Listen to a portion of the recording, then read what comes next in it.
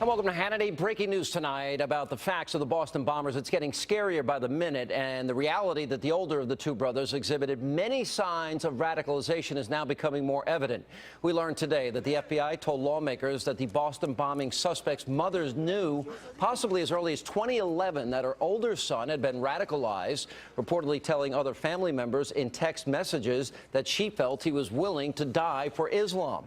Now, we're also learning that Jabbar, the younger brother, told the FBI during questioning that his older brother was, in fact, the mastermind of the plot and that he was only recently recruited to help him carry out this plan. But as investigators pieced together their case, the parents held a dramatic press conference where the mother delivered the single most bizarre comment to date. Now, watch as she says that her sons are actually innocent and then goes on to blame the United States of America. After your conversations with the American officials, do you now accept that it was your children who carried out the attacks in Boston? No, I don't, and I won't. Never. I would prefer not to live in America now. Like, why did I even go there? Why?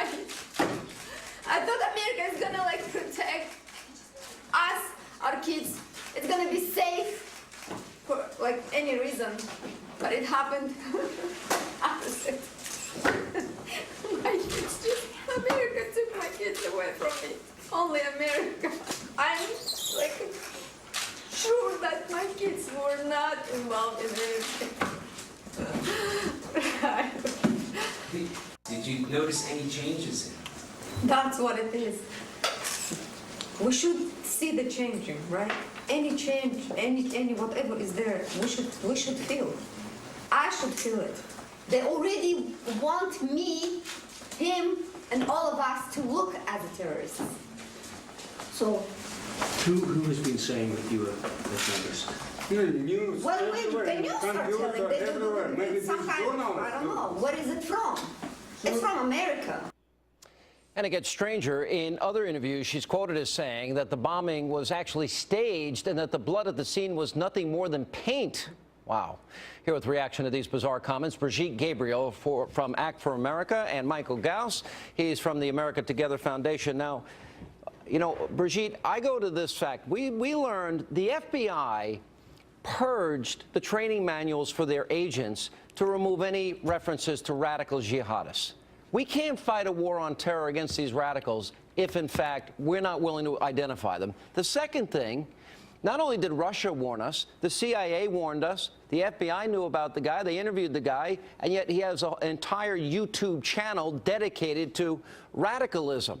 There's something wrong. We have an unwillingness in this country to identify radical Islamic jihad, and it starts with the president. You are in a Muslim country. Why is there this fear to identify radicals for who they are? There's a huge fear. And by the way, I was in a Christian country which was taken over by Muslims. It's not fear, it's willful blindness. And that goes from the top down, starting with President Obama, who as soon as he became president, he changed the threat assessment plan to purge out and take out any language related to radical Islam, Islamic jihadism, Islamic terrorism.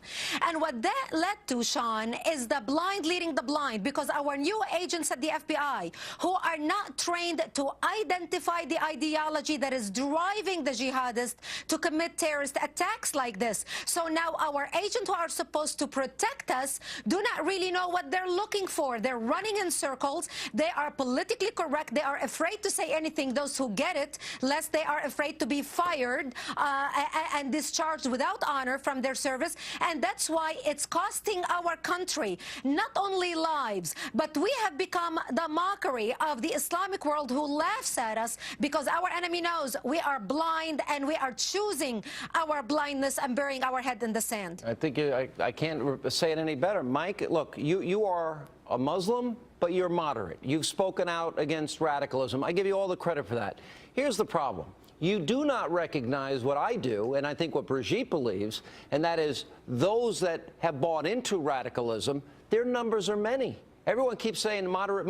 The moderates, as whatever numbers they are, I can't give you exact numbers, nobody can.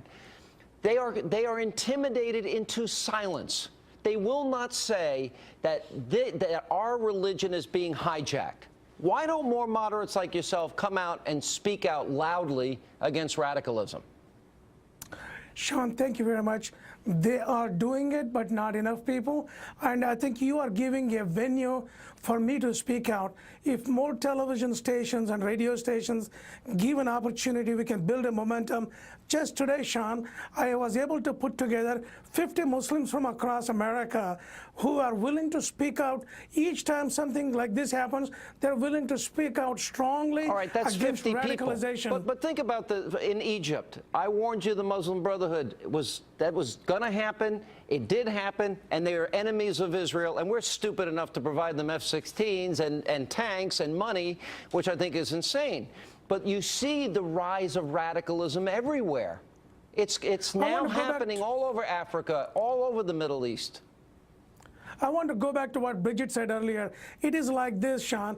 Obama is doing one thing right, and that is not calling everybody Muslims, radicals, or radical Islam. That is the right thing. Let me give you an example. There are 2,700 rapes in New York in 2010 and 800 murders. If I tell you guys from New York are murderers and rapists, is that the right thing to do? No, but it is wrong. But the difference is the radical Islamic groups, they want to wipe Israel off the map. They are anti-Semitic, they are anti-American, and they are clear in their goal. They want a worldwide caliphate, and they're willing to sacrifice their own children and present a false reward of 72 virgins, Brigitte. Yes, they are. And we are seeing the rise of radicals here within our own country, Sean.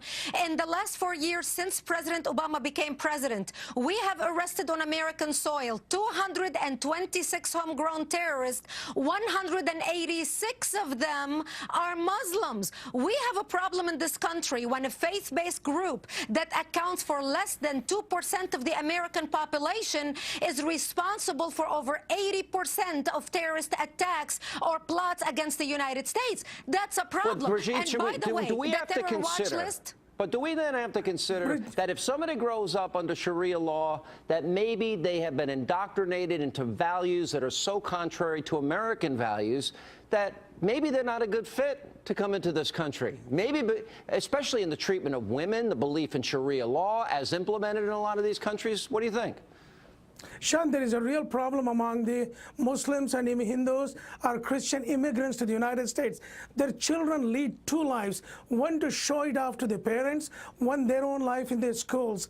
This duality in the children is causing a lot of pain. This guy, Zohar, I think to his mother, he was probably acting as a good child, but outside he was different. His mother really did not know what was going through his her own child. Wait a minute, that's not true. Just like, and then we're stupid enough when we do catch them. His mother knew. We give him Miranda rights so that he can shut up, and then we don't learn anything about where maybe the money came, any foreign ties, any terror cells, sleeper cells that may be here in America. It's nuts. We're walking on eggshells because I think we're walking on eggshells because people are afraid to speak the truth. And the truth is radical Islamic jihadists want to kill us, and their numbers are far greater than people want to admit. Absolutely. No, Sean, the national security list is 540,000 people. That's not just a minority. Over 500,000 people are on the government watch list. That's a major problem. We need to throw political correctness in the garbage where it belongs and start calling a spade a spade. Last word, Michael. Well, Sean, I think in the end, there is radicalism among Muslims, and we need to speak out, and we are speaking. If you Google it, there is plenty of it out there. Thank you for being with us. Muslims are as sick of these people as anybody else. And thank you both.